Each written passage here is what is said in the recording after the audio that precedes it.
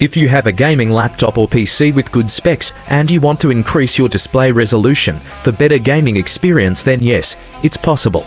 Let me show you.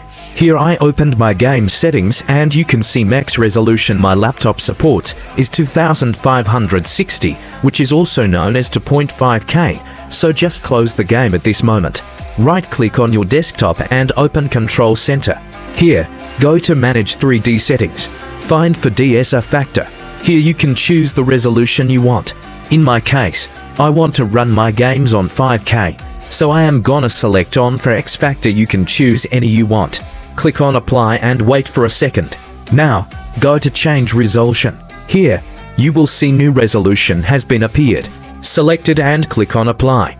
Now close the control center and open your game. If now you will go to your game settings, then you will see that you can run your games easily on higher resolution, but it will consume more GPU power. Subscribe the channel for more content like this.